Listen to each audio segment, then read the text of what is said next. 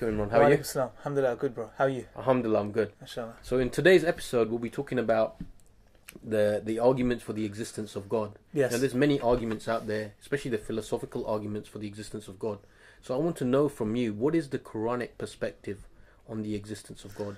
Okay, Bismillah. So here's the thing. Like you said, there's loads of arguments out there, but I think that the best arguments are found in the Quran itself. For example, in chapter 52, verse 35 and 36, we're led to an amazing argument, because Allah says in those two verses, He says, were they created by nothing? Or were they the creators of themselves? Or did they create the heavens and the earth? Right? Now, if we look at this verse and we study it, what we see, there's some logical implications that can be drawn, some questions that we can ask. For example, the first thing is, were they created by nothing? So can something come from nothing? Or were they the creators of themselves? Yes. Can something create itself? Right. Another option is, or did they create the heavens and the earth? Meaning something creating something. Right? So these are some possibilities. And the amazing thing is, the Mufassir and the scholars have said that you can apply this logical deduction to anything that begins to exist. Right? So let's briefly do this, right, to the universe itself, because the universe, as we know, began to exist. We can substantiate this through empirical and philosophical reasoning, basically. For example, if we look at some of the empirical evidence, you've got the second law of thermodynamics, which states that any closed system will be in a state of chaos over time, left over time, basically, right? For example, and if they say, like Bertrand Russell said, that the universe just is, it's been there forever, right? If you claim such a thing, you've got to realize that according to the second law of thermodynamics, the universe would have already suffered a heat death, basically, if the case was that the universe is infinite in the past. But obviously it isn't. The redshift observed by Edwin Hubble, another reason. There's several reasons, right? So we can safely say that the universe had a beginning, right? So let's move on. So let's apply this logical deduction to the universe itself. Can the universe come from nothing? No. I mean, humans have never experienced anything come into existence from nothing. Exactly, right? And if we define nothing, just to make sure, to make it clear, what is nothing? Nothing is universal negation. Absolutely nothing. The Nothing at absence all. of something. It's not energy, it's nothing, right? So we have to make, you're right, we have to make this clear. When we say nothing, we mean absolutely nothing. So let's second option. What is the second option? The second option is, or were they the creators themselves? So Yes. what we take from this is something creating itself. Now this isn't only illogical, it's a self-contradiction. Because how can something create itself? Think about this. Because to create yourself, Yes. you have to exist and not exist at the same time. Does that make sense? That makes sense. Yes. Yeah.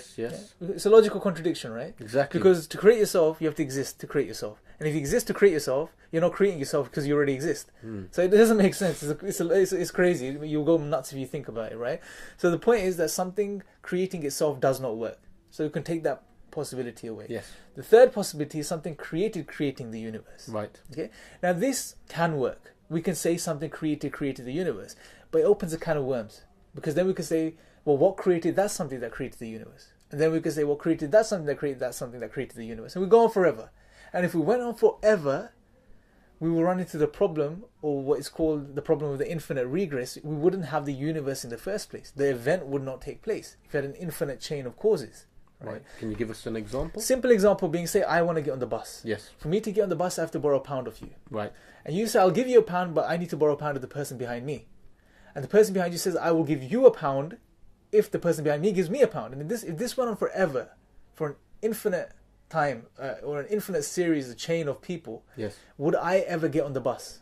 No. Would that event take place? You'd never get the pound. Exactly. So in the same way, if the causes of the universe went on forever, the chain of causes, then we would not have the universe in the first place. Yes. But we're here today and we're in the universe which came into existence, therefore the universe must have a cause, or the first cause, which is uncaused. Right. And this is the final option. The most logical, rational option is to claim that the universe was created by an uncaused creator. And this is exactly what Islam tells us, and the Quran tells us, that the creator, he's uncreated, he's one, he's all powerful, he hasn't got partners, and he's eternal. Right. He's eternal. He's not like his creation, and he's absolute. So if we look again at the argument that you just stated, the existence of the universe, the fact that we exist, there are only 4 possibilities. So Yes. can you run through the 4 Four possibilities? logical possibilities. 1, Yes. coming from nothing. Right. Doesn't work. Yep. 2, self-creation. Doesn't work. 3, something creating the universe. Can work, but leads to many problems. Yes. Right? Doesn't work, really, if we Yes. break it down. The only possibility is that the universe was created by an uncreated creator. or uncreated cause, to use a different term. And that uncreated cause Is Allah. is Allah. And this is mentioned in the Quran. Yeah, it's mentioned in the Quran. I mean, if we look at the description of Allah subhanahu wa ta'ala, or how Allah tells us about Himself, Yes. we know, for example, Surah Ikhlas, He's one, He's absolute, He's eternal, He has no beginning, He has no end. We also know where Allah says in the Quran, "Laysa kamithlihi shay." He's unlike anything we can imagine. There's absolutely nothing like Him that we can imagine. Right. And this is exactly the conclusion we come to when we use our reason and our intellects. MashaAllah. Jazakallah khairan. No problem. Assalamu alaikum. Wa alaikum assalam wa rahmatullahi wa barakatuh.